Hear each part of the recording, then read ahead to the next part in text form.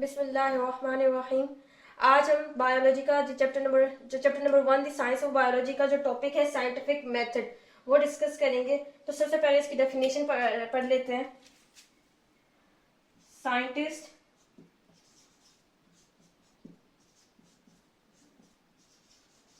Take a specific method to solve the scientific work or research. These steps are called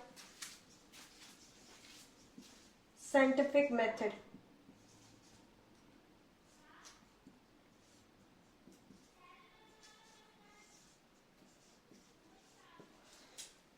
scientist जो भी specific method लेते हैं अपनी scientific work को और रिसर्च को सोल्व करने के लिए, उनको साइंटिफिक मेथड कहा जाता है।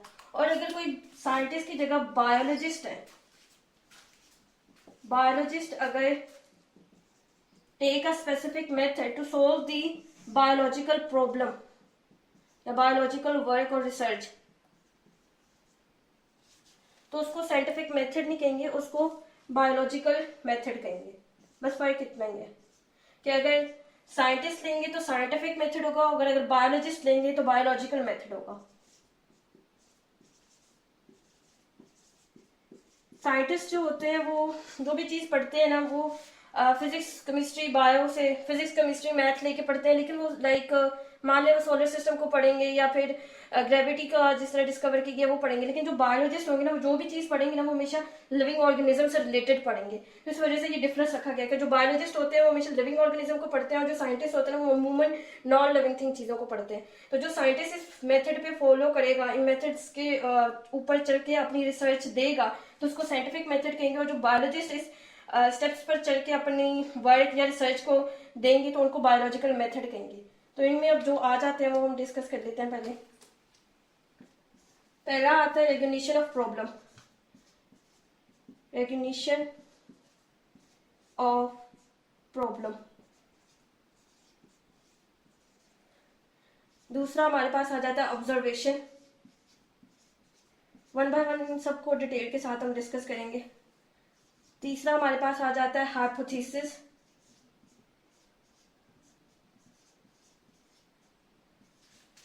चौथा हमारे पास आ जाता है डिडक्शन।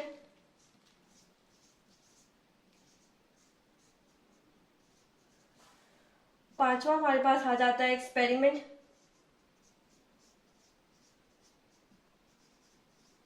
और आखिर में हमारे पास आ जाता है result. One by one in सबको डिस्कस करते हैं। जो हमारे पास पहले स्टेप है वो है रेकग्निशन ऑफ प्रॉब्लम। तो इसमें क्या होता है कि हम आइडेंटिफाई करते हैं, identify and defining a problem. अगर कोई प्रॉब्लम हो गई है तो उसको आइडेंटिफाई करेंगे या निशानदेही करेंगे या उसकी शनाख्त करेंगे, और जब वो पता चल जाएगी तो उसको डिफाइन किया जाएगा कि असल प्रॉब्लम ये है। अब ये जो प्रॉब्लम है वो दो तरह से आ सकती है। पहली जो है ना वो ये है कि अगर कोई शख्स पूछेगा किसी से, आस्क बाय समवन, कोई किसी से कहेगा कि ये चीज ऐसे क्यों हो रही है, कैसे हो रही है, कहाँ से हो रही है, वो खुद पूछेगा, या फिर जो बायोलॉजिस्ट है उनके जहन में ये खुद बात आएगी, कम्स इन बायोलॉजिस्ट माइंड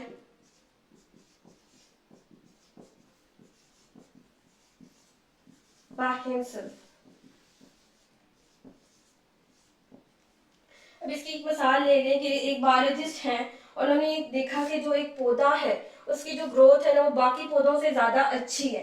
तो उन्होंने एक प्रॉब्लम क्रिएट कर दी, साइंटिफिक प्रॉब्लम क्रिएट कर दी कि what factors are responsible for the increasing in plant. ऐसे क्या फैक्टर्स हैं जो प्लांट की ग्रोथ को इंक्रीज कर रहे हैं। तो हम ये एग्जांपल इधर लिख लेते हैं।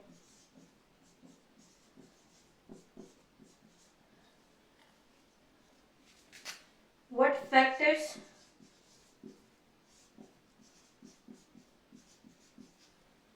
are responsible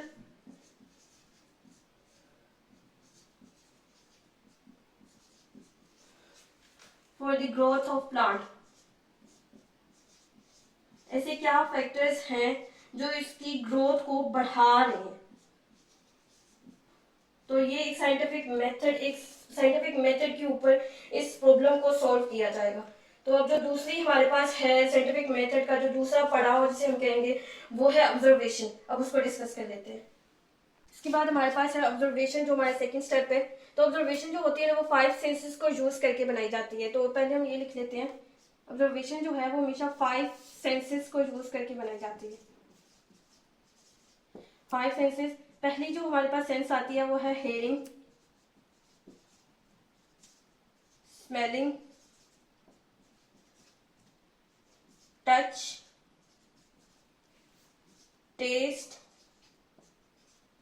और पांचवी हमारे पास विजन। विजन यानी देखना। इन 5 सेंसेस को यूज करके वो ऑब्जर्वेशन बनाते हैं। और जो एक दूसरा काम करते हैं वो क्या करते हैं कि ये रीड करते हैं एंड स्टडी द प्रीवियस यानी जो पुरानी रिसर्च की गई है, previous research of the same problem. जो वो प्रॉब्लम डिस्कस कर रहे हैं या उसको सॉल्व करने की कोशिश कर रहे हैं, उसी से जो उसके मतलब जो पिछली प्रीवियस रिसर्चेस की गई हैं उसको भी रीड करते हैं और स्टडी करते हैं ताकि उनको आसानी हो। अब जो ऑब्जर्वेशन है ना वो 2 तरह की होती है, एक होती है क्वांटिटेटिव और एक होती है क्वालिटेटिव। एक होती है क्वांटिटेटिव और एक होती है क्वालिटेटिव।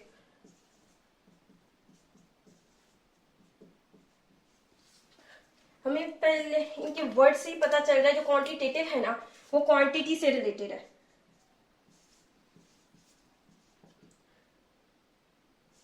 क्वांटिटी इसमें होगी और इसमें जो होगी वो क्वालिटी का डिस्कस किया जा रहा होगा।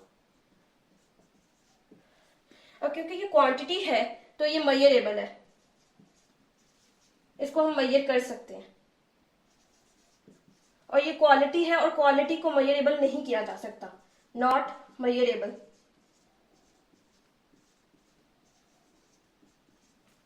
ये जो है ये हमारे पास एक्यूरेट है। एक्यूरेट है, क्यों एक्यूरेट है? क्योंकि ये रिकॉर्ड की जा सकती है in terms of numerical values.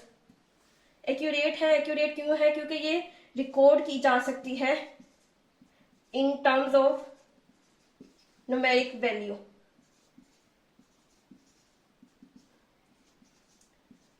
ये लेस एक्यूरेट है,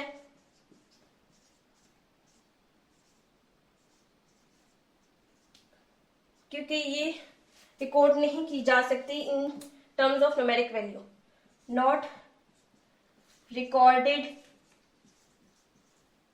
in terms of numeric value.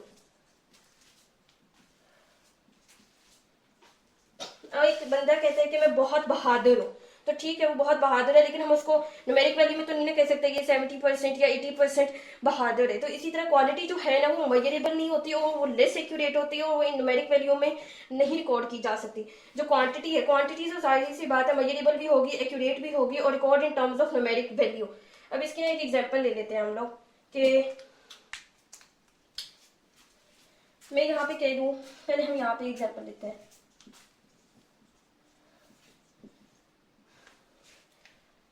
A litre of water, जो एक लीटर ऑफ वाटर है वो हैवियर है यानी भारी है then the ethanol.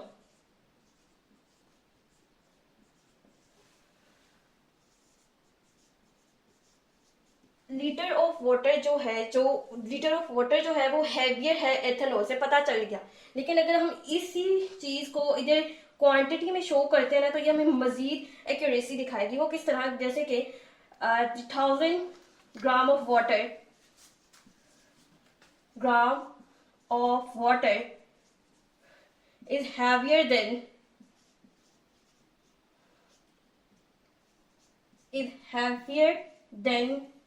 789 gram of ethanol. यहाँ हमें बस पता चल रहा था कि वो भारी है, लेकिन कितना भारी है वो हमें नहीं बताया गया, तो इसी वजह से ये लेस एक्यूरेट है और ना ही इधर न्यूमेरिक वैल्यू को शो किया गया। क्वांटिटी जो है ना वो हमें एक्यूरेसी बताती है, हमें इसको यानी माइनस करके हमें पता चल सकता है कि वो कितना इससे भारी है या फिर ये कितना उससे कम है, और ये रिकॉर्ड भी किया गया इन टर्म्स ऑफ न्यूमेरिकली, और एक्यूरेसी और मेजरेबल है। तो जो ऑब्जर्वेशन है वो दो तरह की होती है, क्वांटिटेटिव और क्वालिटेटिव। ये 5 सेंसेस को यूज करके बनाई जाती है, और इसमें read and study the previous research of the same problem. तो ये हमारे पास ऑब्जर्वेशन है। अब इसके ऊपर आगे हम चलते हैं। थर्ड स्टेप जो है वो हाइपोथेसिस है। हाइपोथेसिस की जो डेफिनेशन है वो हम लिख लेते हैं। Scientist give a statement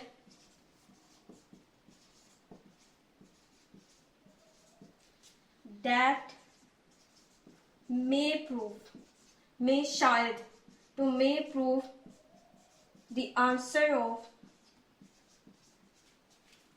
scientific problem. Such tentative जो है वो नॉट फाइनल, यानी अगर अभी फाइनल नहीं है या फिर अभी फिक्स नहीं है, यानी कि ये बिल्कुल ठीक नहीं है अभी। Such tentative answer is called hypothesis.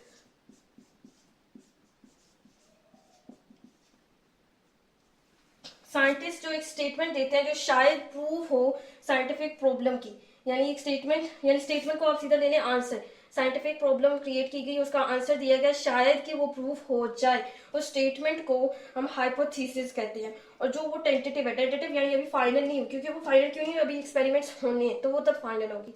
तो जो हाइपोथेसिस की हमारे पास है, उसे क्या कहते हैं, कैरेक्टरिस्टिक्स, वो डिस्कस कर लेते हैं आप।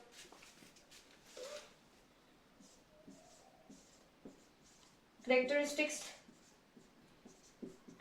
यानी खूबियां इसके अंदर जो पाई हैं वो हम पहले डिस्कस कर लेते हैं। तो पहले तो वही बात जो हमने डेफिनेशन में बोली है कि प्रपोज्ड अ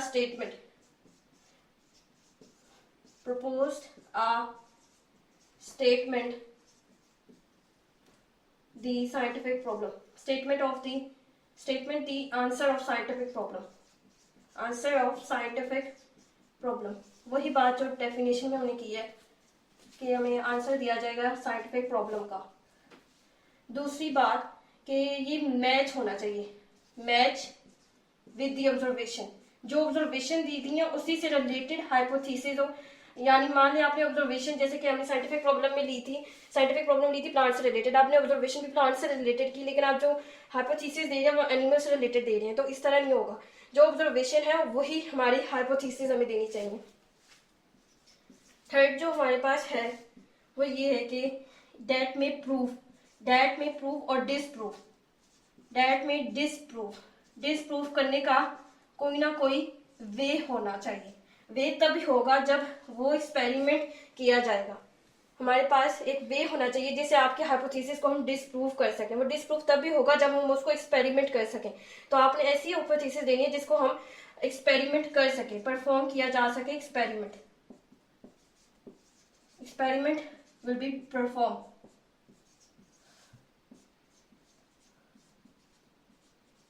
एक बार हम दोबारा कर लेते हैं कि पहले हम स्टेटमेंट या सीधा सीधा ये कहने कि आंसर हम देंगे साइंटिफिक प्रॉब्लम का, और जो ऑब्जर्वेशन हमने दी होंगी उसी से रिलेटेड आपकी हाइपोथेसिस रिलेट करनी चाहिए। कोई ना कोई वे होना चाहिए कि हम उसको डिसप्रूव कर सकें, और वो वे यही होगा कि हम उसको एक्सपेरिमेंट कर सकें। आप कोई ऐसी हाइपोथेसिस लेकर आ जाए जो हम एक्सपेरिमेंट ही ना कर सकें, तो उसको हम डिसप्रूव कैसे करेंगे। तो ये 4 कैरेक्टरिस्टिक्स आपकी हाइपोथेसिस में पाई जानी चाहिए, तो वो तब एक्सेप्ट होगी। अगर नहीं होंगी तो आपकी हाइपोथेसिस एक्सेप्ट नहीं होगी। तो हम आगे अब चलते हैं अगले स्टेप। हमारे पास 4th स्टेप है डिडक्शन। तो इसकी डेफिनेशन हम लिख लेते हैं। Scientist develop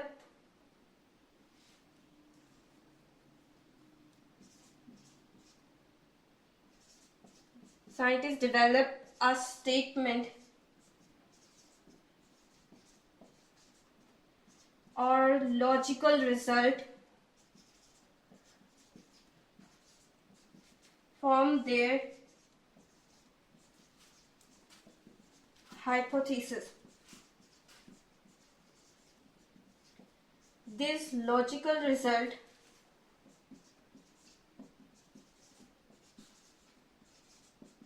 is called deduction. Scientist जो है वो एक स्टेटमेंट या एक लॉजिकल रिजल्ट देंगे जो उन्होंने हाइपोथेसिस दी होंगी, उन हाइपोथेसिस की बेस पर वो लॉजिकल रिजल्ट देंगे, उन लॉजिकल रिजल्ट्स को हम डिडक्शन कहेंगे। तो इस डिडक्शन में एक पैटर्न यूज किया जाता है, एक पैटर्न यूज किया जाता है और वो है इफ एंड देन। इस पैटर्न की बेस के ऊपर हमें डिडक्शन दी जाती है। हम इसकी एक एग्जांपल ले लेते हैं।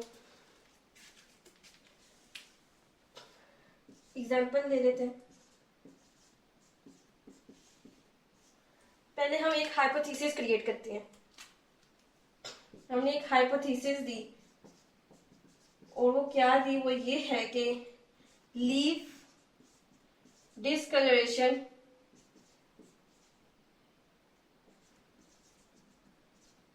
And stunt growth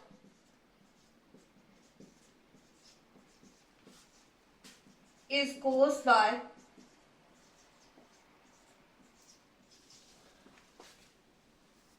the deficiency of iron.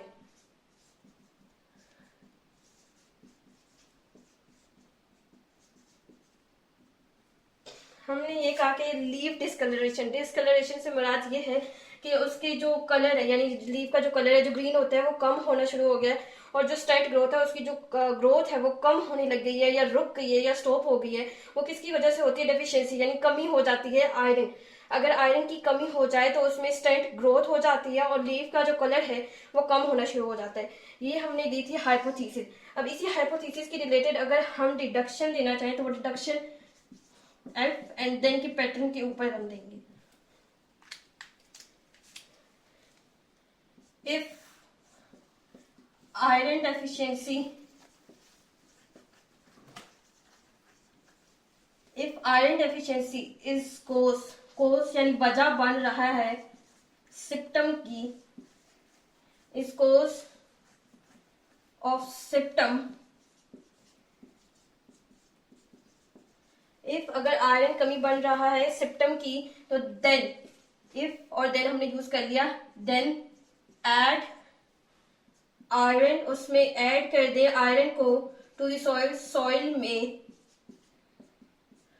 For increasing growth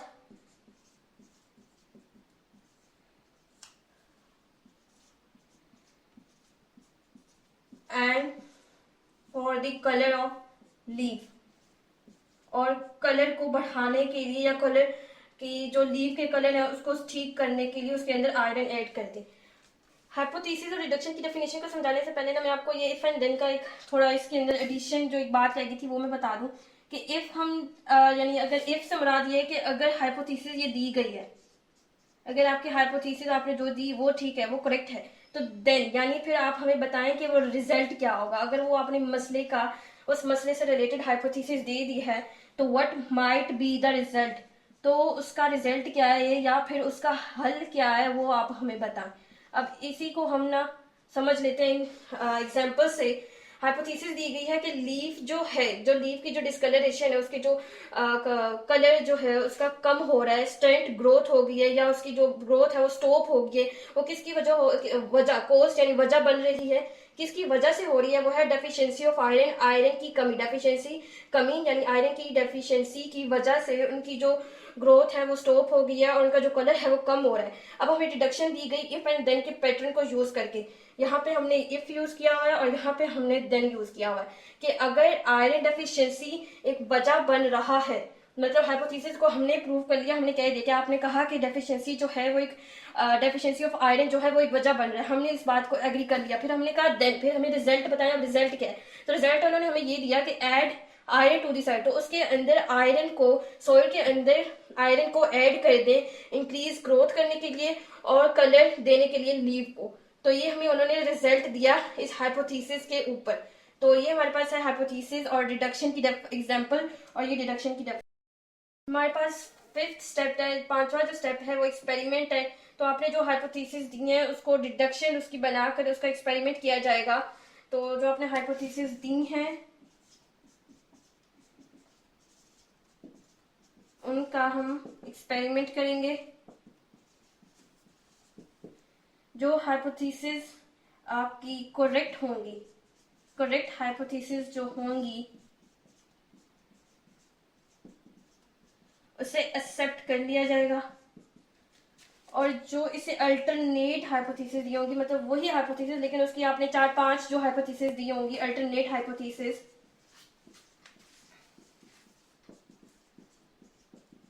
उसे रिजेक्ट कर दिया जाएगा।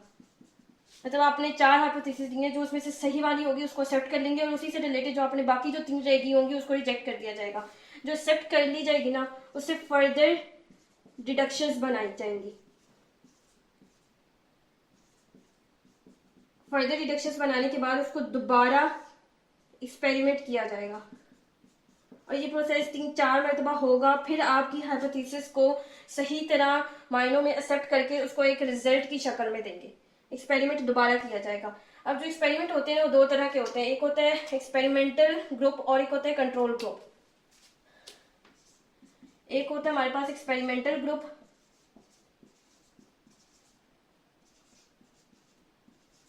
और एक होता है हमारे पास कंट्रोल ग्रुप। अब इसको समझने के लिए हम एक मिसाल ले लेते हैं कि आप एक प्लांट है और आप देखना चाहते हैं कि क्या उसके लिए कार्बन डाइऑक्साइड इंपॉर्टेंट है या नहीं, क्या उसके लिए कार्बन डाइऑक्साइड नेसेसिटी है या नहीं। तो आप क्या करेंगे कि दोनों में प्लांट ले लेंगे, इधर भी आप प्लांट ले लेंगे और वही प्लांट जो आपने इधर लिया वही प्लांट आप नीचे लेंगे, मतलब इस ग्रुप में लेंगे। फर्क आपने बस इतना करना है कि इधर आपने कार्बन डाइऑक्साइड नहीं देनी, carbon dioxide is not provided. इस ग्रुप में आपने कार्बन डाइऑक्साइड नहीं देनी और इस ग्रुप में आपने कार्बन डाइऑक्साइड दे देनी है।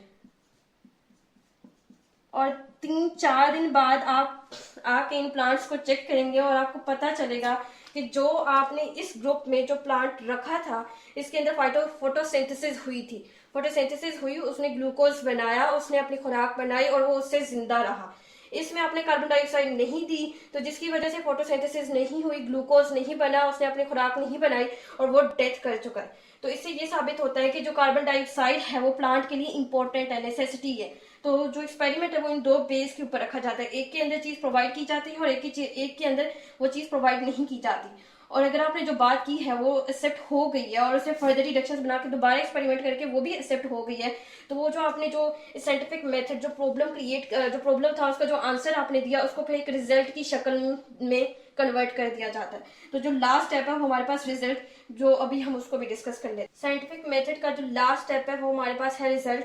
तो रिजल्ट में क्या होता है कि आपका जो डाटा है उसको गैदर किया जाता है, एक्सपेरिमेंट जो एक्सपेरिमेंट आपने किया उसका डाटा इकट्ठा किया जाता है, समराइज किया जाता है। आपके रिजल्ट को समराइज करने के लिए स्टैटिक्स की इन्वॉल्वमेंट होती है इसमें, और ग्राफ्स के जरिए भी समझाया जाता है आपके रिजल्ट को, और रेफरेंसेस दिए जाते हैं, और रेफरेंसेस और सोर्सेज ऑफ इंफॉर्मेशन, यानी आपने कोई चीज यानी बताई कि मैंने ये जो स्टेटमेंट पढ़ी है ना ये मैंने इस बुक से पढ़ी है, इसका आप रेफरेंस देंगे। और अगर आपने कोई एक्सपेरिमेंट परफॉर्म किया और उस कोई इंग्रेडिएंट आप लेकर आए हैं, कोई इक्विपमेंट आप लेकर आए हैं, तो उसका आप सोर्स बताएंगे कि मैं उसका जो सोर्स है वो मैं वहां से यहाँ से लेकर आया हूँ।